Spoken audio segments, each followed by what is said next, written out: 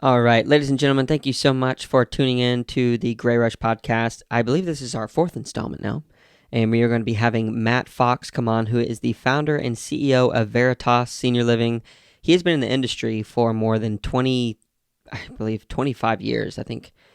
So it'd be awesome to hear his story, how he obviously got into it, maybe some of the things he's learned, and things he's working on right now. So without further ado, please enjoy this conversation with Matt Fox and myself. Well, Matt, thank you so much for joining. Super awesome to have you on. I was saying a little bit earlier, but it's a cool thing that we actually haven't really met in person, because I feel like the best conversations are ones where you're like thrown into the mix a little bit, getting to know somebody, so the questions are pretty genuine. Yeah. But first things first, I did an intro kind of explaining that you have been in this industry for more than 25 years, if that is correct. Yeah, no, unfortunately, 25 years. I'm getting old, getting close to half a century here in another year or two. So. Oh, wow. See, I didn't actually think you were that old. I mean, so I don't want to say old. I just turned 30, so old I think is completely relative. I love 30s. I think it'll be great just on to my 90s. But that is a long time. But what I would love to kind of start with doing first is tell us a little bit about yourself. It doesn't even have to be remotely related to the senior living industry, and Sure. then we'll go from there. I'll ask some more questions. Yeah, I mean, I think I'll kind of tell you the story of how I got into senior living, because it'll kind of tell you who I am as a person. So I went to college, had no idea what I wanted to do, and switched majors a couple different times and ended up going in business. Okay. In the beginning, I thought I wanted to be an accountant until I took a couple of accounting classes. Yeah. And that only took like a half a semester to realize that I did not want to be an accountant. Mm. Finding that 20 cents that you can't make it balance didn't work for me. Mm-hmm. I was like, here's $2. Can we just call it even? But they don't let you do that in school. So I just majored in business, and I graduated and actually had plans to go to seminary. Oh, really? Okay. I didn't see myself being a pastor, but maybe working at a church-related, not-for-profit, doing something that impacted the world, made a difference. And so I graduated and From Southern? from Southeastern Louisiana Southeastern, University okay. in Hammond, Louisiana, Okay. and had made plans to go to seminary, and really took a job in senior living just to have a job after I graduated. Mm-hmm. The first place I worked at, I actually lived on site. I made it through the interview process, and they said, okay, we want to offer you the job, but there's been a deal breaker for a couple of the people that we've offered the job to before, and they've turned us down. And I'm thinking, what are they going to ask me to do? And they said, well, you got to live on site. And I said, well, that's awesome. I'm graduating for college, so the next thing I had to do after finding a job was find a place to live. Yeah. You just killed two birds with one stone for Exactly. me, so I'm in. Did they give you free rent then? Yeah, Oh, yeah, that's lived there great. for free. board.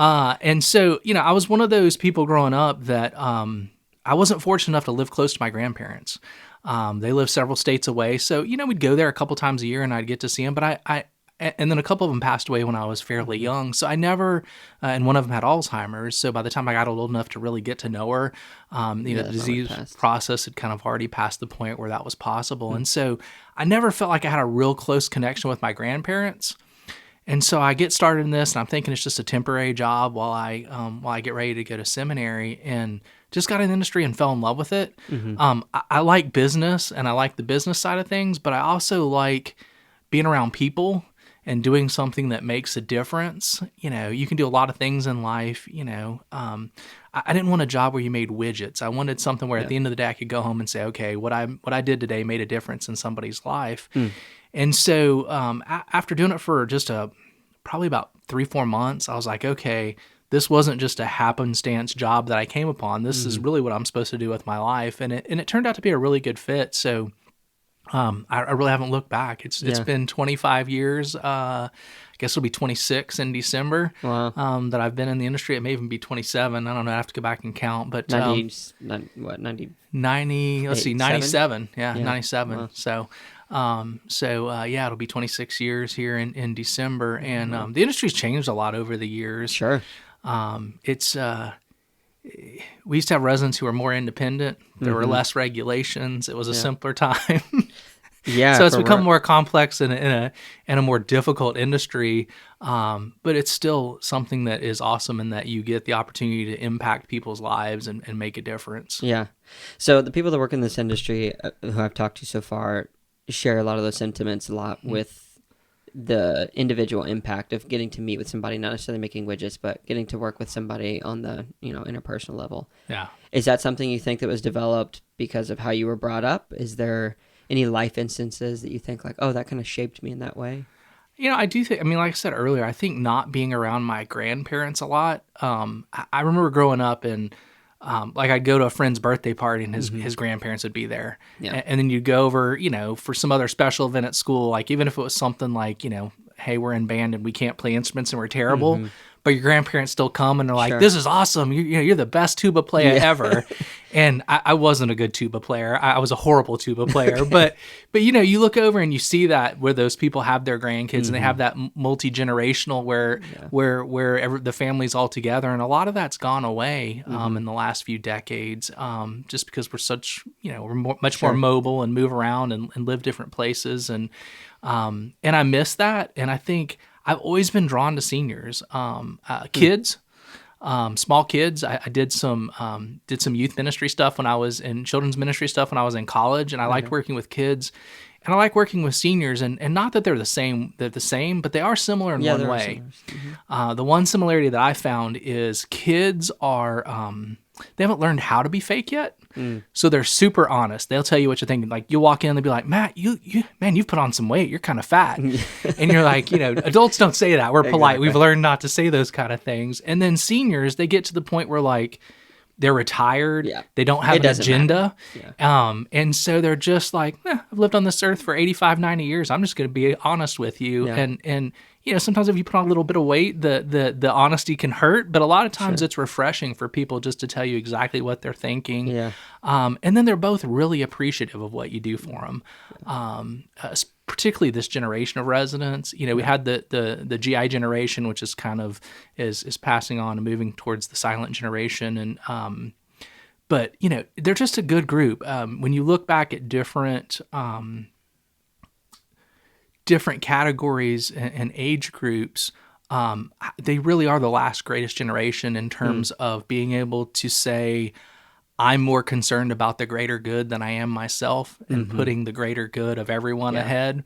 The time they grew up in. And the time they grew up in, you just had to, living through the Depression, living through world wars, they learned to put everybody else ahead. And it wasn't all about me. It's about what can we do together and pull together as a nation. And, not that you want to go through wars or things, but it's probably going to take something like that happening again to bring everybody back together because we're in such a divided nation now. So. Yeah, even more individualistic. So I actually haven't heard the term silent generation, and maybe that's just because I'm not listening to the right people, but could you unpack that a little bit? I kind of have an assumption of what it means, but... Yeah, so the silent generation is the generation between... the GI generation and the baby boomers. Okay. I'm certainly not an expert when it comes to anthropology or whatever it is that studies, human history and assigns all those kind of names. But, it's the generation that's kind of there. They're not exactly the same as the GI generation. And, like everything else, when the baby boomers come, they're going to change the senior living industry like they have everything else along the way in their lifetime. And so we're kind of in that transitionary phase of everybody's like, oh, the silver tsunami's coming. You're in a great business. And I think what a lot of people don't understand is in senior living, there's a segment called active adult where it's just age-restricted housing. And that gets people that are in their 60s and 70s. But in terms of like independent living and assisted living, our average age is 90. Yeah. Probably maybe even pushing 92 in assisted living now. And the eldest baby boomers right now are like 67, 68. So there's still another, decade before they come in and really become our main customer or the vast majority percentage-wise of our customer. And so it's going to be interesting over the next decade or so as we move towards that. How do we adapt? How do we change? How do we grow as an industry? Because I don't think they're going to be happy with bingo, ball toss, and Bible study. They're going to have some different expectations about life.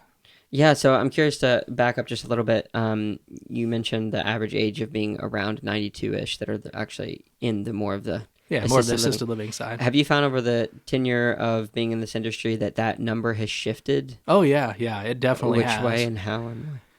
I think the average age has gone up across all levels of care. So, if you look back to when I got in this business 25 years ago, independent living was people who were truly independent. Yeah. They drove, they paid their own bills. They were the decision maker most of the time. They'd come in and be like, hey, I'm looking to make this change. House is too much, upkeep, kids think it's a good idea, but they were kind of in control and still made the decision. Right. And now even in independent living, it's the adult children so many times that drive the decision. People wait longer. It happened, when the housing bubble burst, a decade or so ago now, 12 years ago now. People delayed because of financial reasons. When you look at seniors, particularly that generation, their nest egg was their house. Yeah. So when housing values get affected tremendously, you look at it of, well, I want to go to independent living. Well, my house was worth, $300,000 3 months ago, and now 6 months ago, and now it's worth $200,000. Well, I'm not selling the house now. I'm waiting. And so I think a lot of people put it off, and that was probably one of the big factors. But then I also think just, the things that are available to you at home now. Like the different home care type of services. Yeah, I mean, meal delivery, Amazon. Yeah. I mean, there's so much stuff that's if you can't drive anymore, you can still shows up in a brown box on your doorstep within 24 hours sometimes. And then private duty home care agencies coming into the home. Just services that are available. I think people's desire to live at home for as long as possible. Yeah. And then as an industry, we still battle a perception. I mean, even today, you still have people that just don't understand what independent living is. They're picturing a nursing home from 25 years ago. And so, we still sort of have that stigma of, they think everything's a nursing home and want to put it off as long as possible. But it's amazing sometimes because a lot of times we hear from residents that move in, they're like, well, I actually got my freedom back. I'm not having to rely on somebody to take me to the doctor's appointment. I can catch the transportation vehicle to it. Mm-hmm. I'm not having to rely on people to do stuff for me. Y'all are doing it for me, and I can enjoy and live life and still have autonomy and freedom to do what I want to do. For sure. It's human nature though. We want to stay where we're comfortable. We want to stay where we're home. Mm-hmm. Especially this generation of residents that we're serving right now, a lot of them have lived in the same house for 25, 30, 40, 50 years. And, there's that emotional attachment to it. Mm-hmm. What do I get rid of? I'm going from a 2,500 square foot house to a, 900 square foot apartment. What do I do with all this stuff that I've accumulated over the last 3 or 4 decades? Yeah. That generation of people tended to live in the same place for a really long period of time. I think this house I live in currently, this is the longest I've ever lived in a house, and it's been about 10 years. Yeah. So, and we'll probably downsize at some point, sure. Hopefully, being empty nesters now. But, this generation of folks, had a lot of consistency, stayed in the same home for a long time. And we still, as an industry, battle that, perception of every place as a nursing home. So you said you're empty nester now. How many children do you have? I have 2 kids. I have a son who's just finished his sophomore year at Samford, and then I have a daughter that's in grad school that's going to be 23 here in a couple months. So no grandkids yet then? No, haven't hit that point yet. They're focused on school, and that'll come eventually probably. Sure. God willing. Yeah, for sure. So I want to back up just a little bit more. Because there's a million different directions and questions I want to ask. But specifically, when you got into industry, you said 4 months is kind of what you hit a point. And you're like, well, this is where I'm supposed to be. Yeah. As that started to grow, what was your positioning within? I mean, I looked at your history. You've worked at probably 7 or 8 different communities over the years. Was it each step that you were like gaining more responsibility, and at which point did you think, oh yeah, maybe I should start one of these things? I think I started off in a building that was a HUD 202 Section 8, so government subsidized. Mm-hmm. Your rent is based on how much income you have. Did that for a little while. Went to another community that had independent living and assisted living that was all private pay. Did that for a while. opened an assisted living community for a new company that was opening a new community in town. It was a company that that was their 198th community. So I said, okay, if I'm going to go open a community, which would be a really good learning experience, I want to do it for this company that's done it 198 times because they obviously know what they're doing. Sure. And then after I did that, I said, okay, I've run communities as an executive director. What's the next step? And the company I worked for had brought up like a regional position, but I had like really small kids. And so I didn't want to travel. And what I actually liked was being at the community and being around the residents and the staff. And when you're in a regional role, you don't get to do that as often or as much. And so I made the decision to actually become a licensed nursing home administrator and move into like larger communities, continuing care retirement communities or life care communities that had independent living, assisted living, and a skilled nursing or nursing home component. We always try to call it a healthcare center versus a nursing home because that sounds better. Yeah, for sure. But and morphed into that. So then I did really large communities. Then eventually I did go into a regional role for a short period of time. Okay. Travel a lot? Thankfully, it was for the largest senior living company. So I was responsible for like 32 communities, but they were all within Texas. It was half of Texas. So, some travel, but not like, traveling all over God's green earth. Sure. And so did that for a while, wanted to go back working for a not-for-profit. So that's what brought me to Tennessee, was to go to work for a not-for-profit, and then, left there and worked for a local company here, that's in the Chattanooga area that had several communities. And when I was there, we grew, almost doubled in size over about a 5 or 6 year period. So I got to be a part of that. Yeah. But I always had the desire to kind of go out on my own. I think one of the things that's got me in trouble in my career is, I'm not a yes person. Really? So if people ask my opinion, I'll give them my opinion. Sometimes that works well in some companies. Some people want your honest opinion. Sure. Some people just want you to agree and say, whatever they want to do is an awesome idea, whether it's an awesome idea or not. Yeah. And so, I said I always had a desire to kind of start my own company, and never really had the opportunity. And so about 6 years ago, 5.5 years ago, was leaving one company, had some opportunities to go work for other people, like in a CEO or COO role, and help them run their senior living company. And I also just had this desire to start something. And so a local community went up for sale. And I said, okay, I feel like I've always been led to open a company. At the same time, it's a big risk. My kids were just starting college at that time. So it's like, that's a huge risk. When you look at it from a logic perspective, does it make sense to try to start a company when you got 2 kids that are starting college? Probably not. But, I just felt like that's what I was being called to do. Sure. And so I prayed about it a lot, and I said, okay, God, make it really obvious. If this is what I'm supposed to do, like close all the other doors. And I had a company that was supposed to call and make me an offer that day, and I didn't hear from them. And then the next day, the recruiter calls, and she's like, hey, they really like you, but they just feel like it's not right. And I'm like, well, what do I mean? Did I say something? Did I do something? They're like, no, they really, really like you. They can't put their finger on it, but they just feel like, maybe the move to this area isn't right, or the timing's not right with your kids starting college or whatever. And I'm like, well, do they have another candidate? And she's like, no, and I was like, okay. And then there was one other job that was really close, and they decided to put the position on hold, not hire. And so like all the doors got slammed shut. And it's like, well, I said make it obvious, but I didn't say take away all the options. Yeah, for sure. And so just started pursuing it. And I have been fortunate in that, my parents were well off enough to pay for my college and stuff, but I don't come from a wealthy family where I have a family trust or something to help me start a company. And so it really was kind of, shoestring budget, pull it all together. The first building, I had some friends who were partners on the building with me. They had a balance sheet, pretty unheard of, but we bought a building with no money out of pocket. How did that work? Yeah, for someone who's like, "Ooh, I'm thinking about starting my own assisted living." Give us a little bit of the playbook here of how this worked. Divine intervention. Yeah. It worked.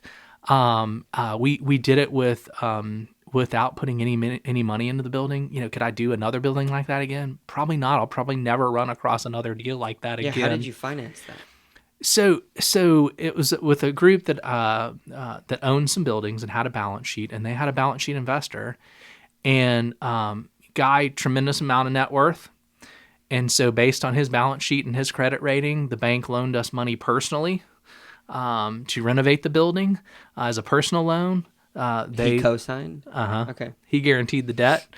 So, Nice it was guy. one of those where it's a low risk for the bank. Sure. He had enough money where if the bank said, hey, we're foreclosing, we need to stroke a check for $2 million. Would he have been happy about it? No, but he had the financial means to be able to do it. And so they loaned the money. This group that I partnered with, they had done other buildings with this same bank and had a relationship with the bank. And so it was kind of one of those things that, would I be able to duplicate it again? Probably not, but divine intervention. It was what was supposed to happen, so it worked. And shoestringed it together and got some additional buildings with some investment partners and things. And looking back at it, was it the ideal time? Probably not. Trying to start a company a year or two before the pandemic and try to live through the pandemic, and now trying to live through high interest rates and How many you have? How many communities now?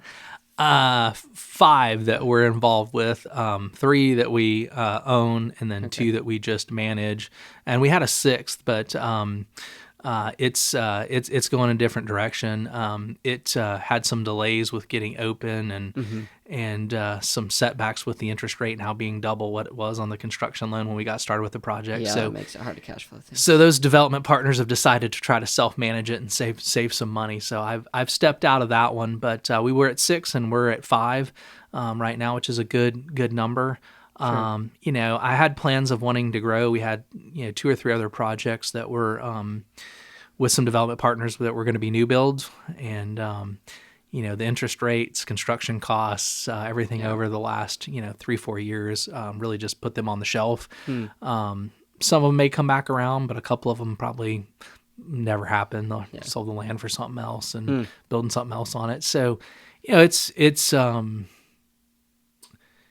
it's one of those experiences where it's humbling when you start a company, because you think of all the good things, the autonomy, the calling all the shots, making all the decisions, and all the sweat that comes with it. But you're the one that's stressing, during the pandemic when occupancy's low, how are we going to make payroll next week? I can imagine. And I will say, it's one of those things where I know this is what I'm supposed to do, and there have been times where I'm like, I don't know how this is going to happen, and God has provided throughout it. And so there's been some late nights staying up thinking about, oh my gosh, what are we going to do? How are we going to do this as a company? We're small. But God's been faithful. It's what I was supposed to do, and so every step of the way so far, He's stepped in when needed, and has blessed the company. And we're still small, we're still young, we're still definitely a startup. But it's been a good experience. It's much different working for somebody else who has all the risk. Yeah, when you're going to bed each night with this, and you're working on behalf of them. Versus, you're the one that's got to figure out how to make it all work, and to, all the weight of it is on your shoulders. Sure. Do you have any stories specifically about the going to bed at night and like, oh my, are we going to be able to make payroll? Like any stories where like it just somehow it worked out, or 50 people decided to come and jump in the day of? We've had a few things along the way, like, one of the things that I think, the government got a lot of heat for is, there were some companies that are big companies that are financially strong, and they got a lot of PPP loans, and they got employee retention tax credits. And there's some companies out there that probably would have survived and been fine either way. Yeah. But then there's some small businesses like us. Like I probably still wouldn't be in business had it not been for some of those things. Yeah. And so, there was a lot of like, dear Lord, please let this employee retention tax credit check come in. Yeah. because we submitted it and we filed it, we sent it into the IRS, but I need the money here to make payroll next week. And the timing worked. It always worked. Wow. There was one building in particular that got hit extremely hard by the pandemic. We had several residents that were on hospice and were already not doing well. And so we had an outbreak at that building, and we had several residents pass away within a pretty short period of time. Wow. It was at the height of the pandemic when hospitals are literally choosing who gets to go on a ventilator and who doesn't, and hospitals are so overwhelmed. And so we would send residents out to go to the hospital, and the hospital would just discharge them and send, an hour later to be back in the ambulance. Wow. And so, they were on hospice, and hospice talked to the family, and they said, we don't want to do anything extraordinary. They put them on pain medicine, and a lot of folks passed away in a pretty short period of time, unfortunately. And there's been some times where we're like, we need more residents, and there's been some months where we haven't had any move-ins, and then there's been some months where I say divine intervention. We had 7-8 move-ins in 1 month. Wow. Because we had to have them, and so I can look back and there's probably 4 or 5 different times throughout the pandemic where it's like, God, I have no idea how this is going to get solved or how this is going to happen, but I'm leaving it to you to figure out, and timing, it's worked. Yeah. So we're not a perfect company. We're not a huge company. At the same time, we've been fortunate and blessed to weather the storm, and obviously with high interest rates and everything going on, we're still weathering the storm. Yeah. Probably one of the biggest things that have impacted senior living is just the margins are shrinking right now. Because of kind of the staffing crisis over the last couple of years, we're all struggling with that. Sure. If you're Starbucks, can you take a cup of coffee from $6 to $8? Probably not going to affect you. People are still gonna buy it. Mm-hmm.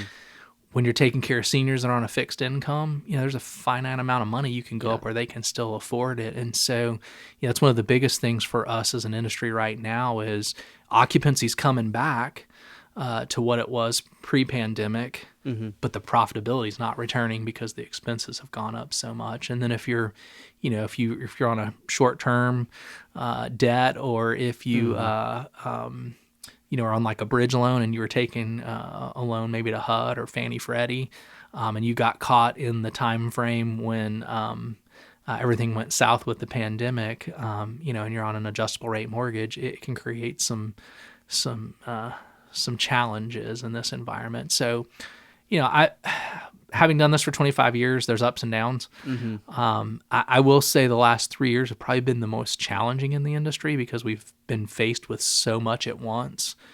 Even back around 9, 10, 11, when you had the housing crisis, we were only dealing with the housing crisis. Yeah, you didn't have over the last 3 or 4 years, you're dealing with how do I get staff? How do I retain them? How do I pay them 20, 25% more than they were making before? Occupancy.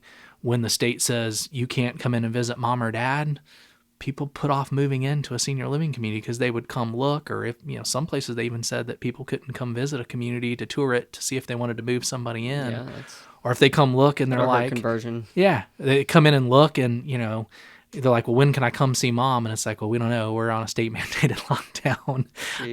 People waited to move in.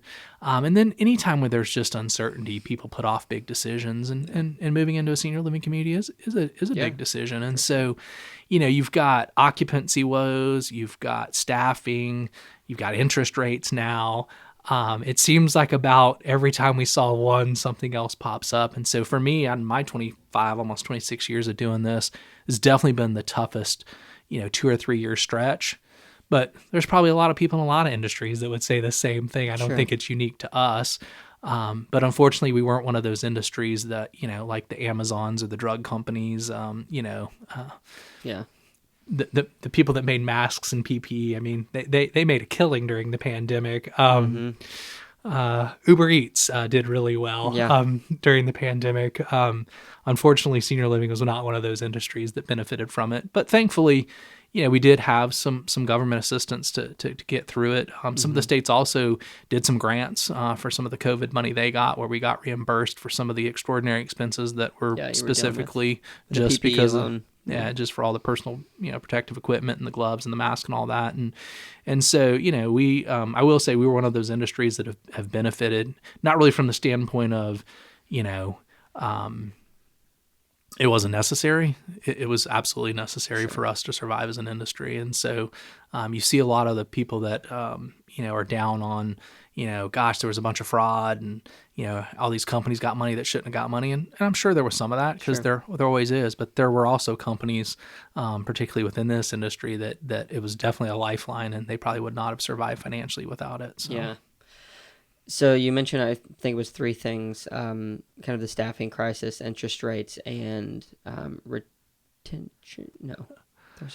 Staffing costs, occupancy, and the staffing. And yeah, I mean, it's just, it's a lot. I mean, it's been a lot over the last few years, and, it's the staff that take care of the residents. They all got sick alongside the residents. Mm-hmm. And, as an industry, you can do this, you can't do that, you can do this. There were times where the families couldn't come into the building and I saw the frontline staff step up and almost be, like that family member checking in on the residents more often and going in and just spending time with them because they didn't get to see anybody. Because their family couldn't come in, or bringing in their iPhone and FaceTiming a family member so that resident could see their adult child that they hadn't seen face to face in 2 months. You just saw, so even there were a lot of bad things, there were some good things that came out of it too. Heroes were seeing the people that are like, I'm going to make the residents' lives as best they can. I mean, you saw videos of people that normally do activities going up and down the hallway, with karaoke machines singing with the residents while they're standing in their doorway, or, just a lot of cool things that happen where it brought people together. So it wasn't all bad, but yeah, it's been a challenging couple of years. Yeah, for sure. So is there anything that Veritas and your team has done on the staffing and retention side? Like, is there anything that you found to be working? I think there's two things. One is you got to look at what you're offering. I mean, you got to be competitive, pay wise. Mm-hmm. You got to offer decent benefits. You got to do those things. But in this day and age where everybody's hiring, almost everybody's done that. Yeah, exactly. So it's like the arms war, everybody just keeps upping the game. Oh yeah, you're going to pay 14. Well, I'm going to pay 15. Oh yeah, you're going to pay 15. Well, I'm going to pay 16. And then, before you know it, the pay rates are, 40% higher than they were 3 years before. So, I think, yes, you have to do those things to be competitive. But I think more than that, we've learned that you have to, sometimes it's the small things, buying lunch for the staff, taking time to say thank you, acknowledging the things that they've done. I think it's made us be better managers, better leaders, saying, I got to be intentional about showing appreciation to the staff. I got to be intentional about saying thank you. And just showing just that basic human appreciation for people. The old saying of you don't know what you got until you've lost it is true. Yeah. During the pandemic when, you had people, have to go out for 10 days straight and you're looking around, it's like, I guess I own the company, but I guess I'm a caregiver today. Yeah. Do I want to go back and do it again? I'm not a great caregiver. Most of the female residents did a lot like me, helping them go to the bathroom or anything, helping them with a bath. But I will say what it did is you work alongside people that maybe you don't normally get to spend a lot of time with. Sure. I mean, you go in and out of the buildings and you say hi and, they tell you hi and you know each other's name. But like if you go in and work a shift and work alongside them, you get to know them. You get to know about their kids. You get to know about their family. You get to know about what's going on in their lives. And they're like, oh, this is just a person just like me. And so I've built some of those relationships where, we've always tried to have a very open culture in terms of, we have a chain of command. There's an executive director that runs your community, but, if there's a problem and it doesn't get resolved, we're here. Yeah. One of the things that I did early on, and as we've grown, maybe I've started to regret it a little bit, is The phone number for Veritas on the corporate website is my cell phone. Oh, well. So How many calls do you get a day? a lot. I would imagine. And the part that I regret is the vendors. The people try to drum up business. I mean, God bless them. That's their job and they got to drum up business, but they always call it the most inopportune times. Like talking about that, I'm surprised my cell phone hasn't rang while we're sitting here yet. If it does, you can put it up, and that would be interesting to go through that conversation. So, maybe that's not the best from putting your phone number on there, but like if there's staff that are upset or families that are upset or residents that are upset, they call and they get me. And I call back. And I always try to push it back to the executive director because I don't want it to be where, people are trying to override the decisions of the executive director and I'm stepping on their toes because they have a tough job. Yeah. And we've hired them to run the building and we need to give them the autonomy to run the building. But it's allowed me to kind of keep my pulse on what's going on and to know, okay, well, we've got a couple residents that are upset about this or, I wouldn't known otherwise, but maybe we've got some short staffing issues in a couple of buildings with stuff, and so some of that stuff ends up bubbling up, and you end up finding about it. Which, not that we have all the answers, but when you go into the building, and be like, hey, I hear we're having this problem. What can I do to help? Right. People are like, well, gosh, at least they know what's going on and they care and they're trying to help us. Right. And sometimes it's just sharing what the executive directors already or the department managers are already doing, trying to fix the problem. Sometimes I don't even really get involved. I'll just share what's already happening and what they're doing to rectify the situation. But I think that's one of the biggest things for me that came out of the pandemic is just keeping the lines of communication open, being available, going in and spending more time in the building. And kind of interfacing with the staff, not just the executive director, but the staff that's right there on the front lines taking care of the resident, the person that's cleaning the apartment today, the person that's serving the meal today, the person that's making sure that the resident gets their medication and gets a bath today. It's a business and it's a tough world and it's a 24/7, 365. But I will say the pandemic kind of slowed it down some where, the focus came more on the building and the staff and how do we create an environment where people want to work here. Yeah, for sure. Great answer. Thank you so much for sharing that. Then, so the other thing being, or other two things, interest rates and occupancy. So in interest rates, I'm curious, is it because that became such a big deal because how you guys operate are on loans that had variable interest rates, or you had to get new ones to continue? Yeah, just anything that was under development. Yeah. If you're in a construction loan, it's a variable rate loan. So, a project, you might be working on it for 5 years before it opens. So you're out there, you start the project, you're like, oh, this is going to be phenomenal. You had no idea COVID was on the horizon 2-3 years down the road. And so, you get the building built and interest rates continue to tick up every time the Fed meets. You watch the news and it's going up another quarter point. Oh my gosh. And so, with some of the bank failures, it tightens up credit. So, a lot of the new development in the industry is kind of ground to a halt right now.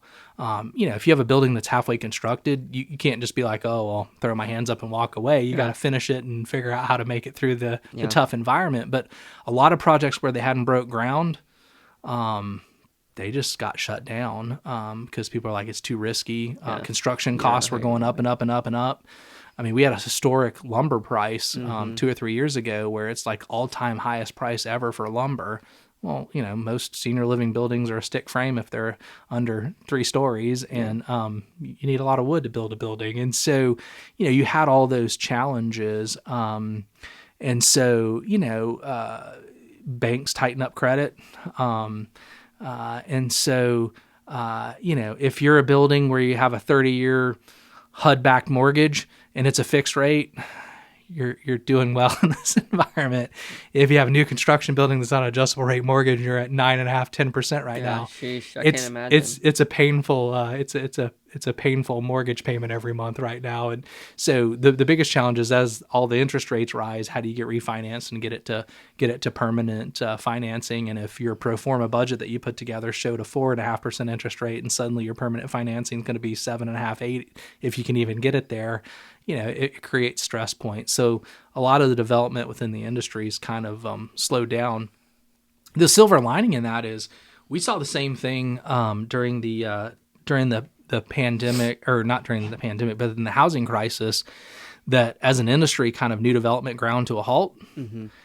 And it gave all of the existing buildings an opportunity to grow occupancy higher than what it was before the housing bubble burst, because there wasn't any new inventory coming online. Focus, yeah. So everybody's kind of like, all right, well, there's still the same number of people that are turning an age and having the health crisis and having the things that happen that are going to cause them to start looking for senior living. And there's no new shiny building down the street that just opened. And so we saw occupancy as an industry rise. And so, we'll create an opportunity for the industry, probably from the standpoint of, if we have a 3, 4, 5 year period where new development is pretty much nil, it will help the industry as a whole for the buildings that are a little bit older, maybe not the brand new shiny building down the street. So, with everything, there's always a silver lining if you look hard enough. Yeah. Well, that's you seem like a pretty positive person, so I would imagine in this industry, especially given when you decided to go on your own and the 5 years surrounding those challenges, that's pretty important. It's funny because I had this conversation with my wife a while back, probably a couple of weeks ago. I said, I don't know that I'm as optimistic as a person as I was pre-pandemic. I think the last 2 or 3 years have beat some of the optimism out of me. I'm still not a pessimist by any stretch, but I am probably more of a realist now than I was 3 or 4 years ago. But I think, to be in this industry, you have to feel like it's a calling. There's certainly other industries that are easier. Sure. That pay more, that have better margins. So, I think the people that are in this industry long term, typically they're in it because they feel a calling and an affinity towards it. And, hey, this is what I'm supposed to be doing. Yeah. But you also have to have an optimistic outlook. I think one of the best things about a community is when it has that type of atmosphere where the residents come in a little bit skeptical. And then after they've lived there a couple of months, they'll come back and they're like, well, I don't know, I didn't move in 3 years ago.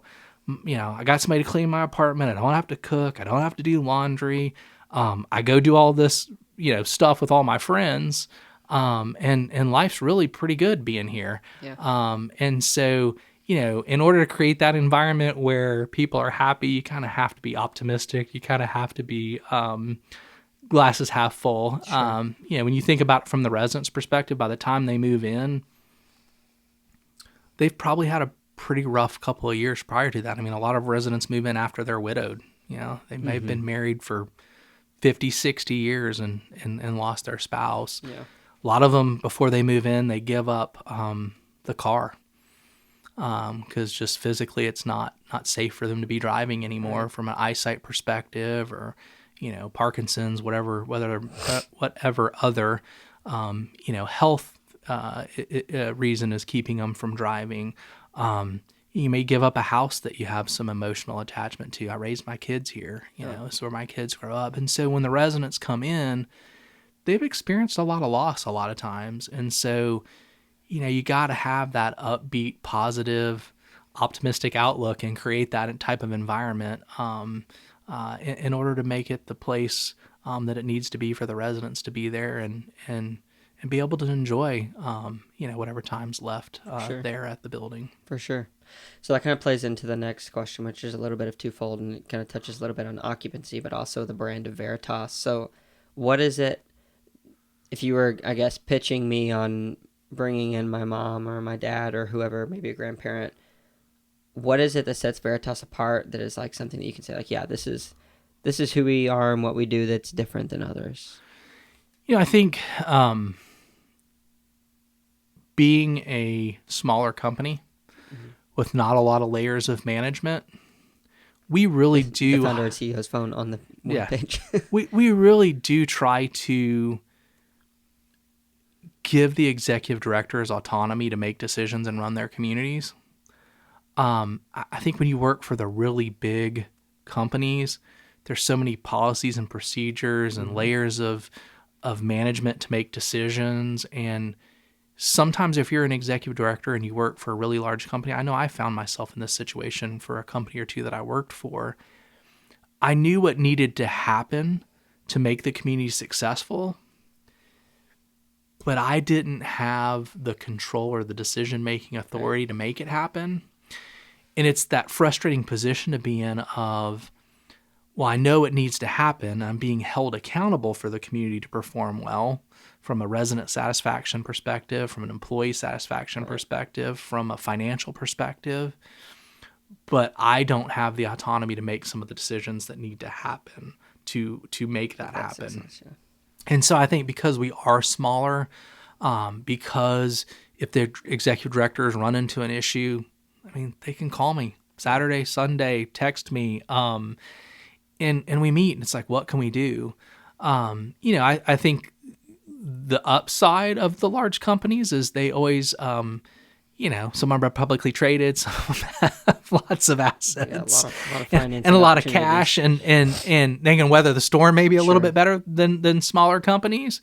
But the upside of being a smaller company is that we're very in touch with what's happening at the communities. We want it to be a great place.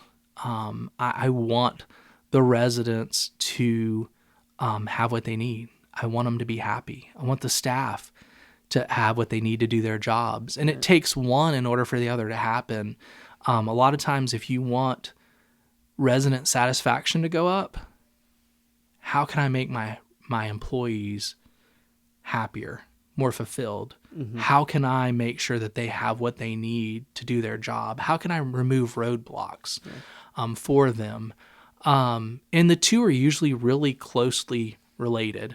If a community has low resident satisfaction, you usually have low employee satisfaction and employee engagement as well. They both work hand in hand. And so I would say that's what sets us apart. The other thing is we've done some communities that are at lower price points, not that are like HUD subsidized, but communities that maybe that building's had more than one life. It was a hotel for a long period of time. It's not the newest, shiniest, brand new building, but because it's not, we can offer rent at a much lower price point. So we've got some communities that are more affordable.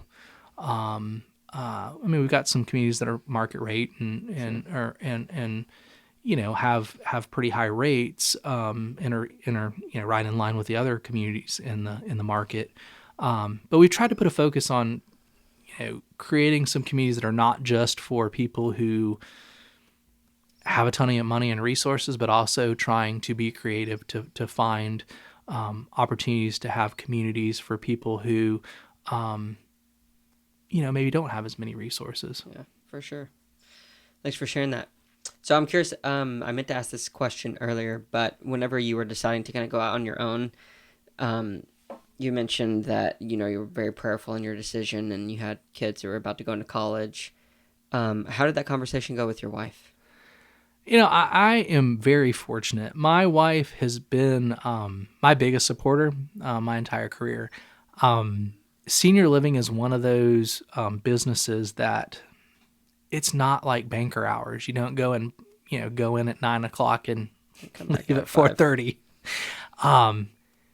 It doesn't make a difference if it's Christmas Day. If there's a crisis, there's a crisis. There's a crisis. This past Christmas, Christmas Eve, we had two buildings that had frozen pipes. I don't know if you remember back in December, but late December we had unusually crazy cold temperatures. -30 where I was. Yeah. So I had two buildings that had frozen pipes within an hour of each other. Funniest thing is, so we were at the Christmas Eve church service, and the whole sermon was about peace in 2023. And so we walk out, and I'm literally in the parking lot and get a phone call that one of the buildings had a sprinkler pipe, fire suppression sprinkler pipe bust in the attic and is flooding a building. Oh my goodness. And I'm like, well, I guess I didn't ask for peace in the remainder of 2022. I did say 2023, and it's not 2023 yet. And so we're going to lunch on Christmas Eve after going to the Christmas Eve service, because we went to the early one that was like at lunchtime. So we're going for a late lunch. And then as we're there at the restaurant, a second community calls and says the pipe has burst. And so Christmas Day, we rearranged everything. I actually went to a building Christmas Day and helped clean up and helped do some stuff. And we did Christmas that night. We did our Christmas meal that night at like 8:00 when I got back from Atlanta, and opened presents then. Well, I guess we actually opened them early that morning before I left, but we did dinner that evening. And because I have a supportive spouse that understands that it's a 24/7, 365 a year business that I'm in, she's always been very supportive, especially when our kids were small. Sometimes emergencies happen, and usually they're not at the most opportune times. I mean, I remember my daughter had a birthday at one point and some emergency came up, and it's like, okay, I'm here for this part and we're going to take pictures and stuff, but then I've got to step out and leave. And so thankfully it's not every holiday. Sure. But it does happen from time to time. And so my wife has been very supportive of me. I would not have been able to survive the last few years without her, because she's been my sounding board. She's sometimes, when I've felt sorry for myself, she's been my biggest cheerleader. Yeah. And she's like, I know you can do this. Stop sitting around whining and complaining about it and go do something about it. And so I will say, I am very blessed to have the spouse that I have. We will actually celebrate 25 years of marriage on the 23rd. So next Tuesday. Congratulations. And she has been a trooper. She lived at 2 retirement communities with me when I lived on site right after we got married. Wow.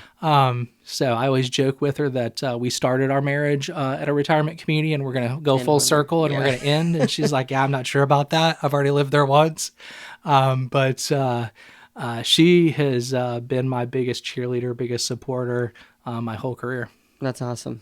Yeah, I think that makes a huge difference. It's not every day anymore that you hear one about a successful marriage that lasts that long, but especially in the entrepreneurial world, when you start something with the stress that it puts on the family unit, to hear of that, like that's an admirable thing. Well, it's not perfect, and there's definitely been times where she's wanted to choke me. Yeah. But she has been gracious, and has lived through all the ups and downs, and has been my biggest supporter and cheerleader the whole time. And it's I joke sometimes because maybe through the podcast I'll become famous, but if I was a celebrity, she's the person that would keep me grounded. Yeah.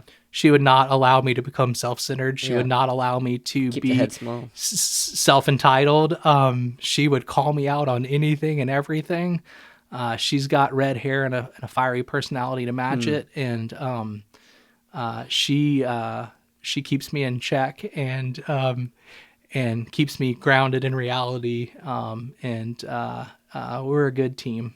Good. That's awesome. Well, and kind of in closing, the final question I would ask you is, if somebody's considering going out and maybe they've worked in this industry for a while and they're like, oh, I have an opportunity in front of me to maybe start my own community. Yeah. What are like maybe the 1, 2, 3 things that you would tell them to like strongly consider and prepare for? Find a mentor who's already done it. Yeah. Find somebody that's been there, that's done it. I have a friend that did the same thing I did like a year or 2 after I did. And so he's called and he's been like, hey, what do you do in this situation? Yeah. And so I've been fortunate to be able to do that. But also when I started, I had people that I've worked with over the years in this industry. Senior living is a pretty incestuous industry. If you work at enough companies, sometimes you work with people 2 or 3 times at different stops. It's a very family atmosphere, I've noticed. It is. And so, I've been fortunate to work with a lot of really good people. And so, I used a lot of my contacts early on. Hey, I've hit this situation. What do I do? Or I need somebody to be able to do this. Do you know somebody? And so I think number 1, go talk to somebody that's done it. And make sure that you really are committed to doing it, because it's not all, kittens and rainbows. It's immensely rewarding, but it's also challenging, especially in this environment. So I think number 1, find a good mentor. Number 2, make sure you have that support system. Make sure that it's the right timing. you could always look at it, it's like everything else in life. You could always find an excuse not to do something. Sure. At the same time, is the timing right? And then I think you just got to be picky and selective. I think early on there were a couple of buildings that I really pushed. And there's one in particular, the one that had our building that had the worst pandemic outbreak and had some residents pass away and has had a really tough time over the last couple of years. There were some situations in going through purchasing that building where we hit roadblocks. And my wife even said it a couple of times, well, do you think this means that you should not pursue this? And I'm stubborn. So the one building that I thought there's no way we could lose out on, it's occupied, it's got a wait list, best deal ever, was the one who struggled the most throughout this pandemic. There were a couple other buildings that I looked at that I was like, I'd really like to buy this building. And the fact that they didn't go through Sure. was a blessing, because the group that has it now is still struggling to turn it around. The other groups that bought it that we didn't buy it, some of the best deals you do are the deals that you don't do. Yeah. And so, I think you got to be, when you're small, you got to be really picky, and you got to find that needle in a haystack. You got to find that one building. And, like I said before, the first building we bought it with no cash out of pocket.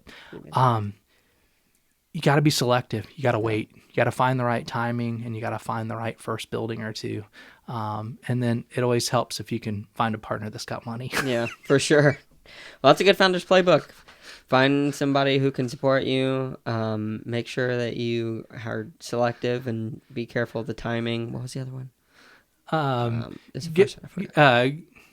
I think that's it. That was it. Okay. I think so. Yeah. I don't know. You have to play it back. Yeah, we'll play it back, and anybody can pause and rewind for sure. But well, good deal. Well, Matt, thank you so much for coming on and telling a little bit of your story and sharing the wisdom and experience that you've accumulated over the years. And wish all the best to you and Veritas in the future. I appreciate it. Hopefully, interest rates start coming down here before too long. Yeah, we don't have any control over that, so you can only focus on what you can control. That's right. And you gotta leave the rest to the feds and everybody else that makes those decisions. But we definitely would welcome some interest rate drops here over the next couple of quarters. So For sure. All right. Thank you. All right. Thank you.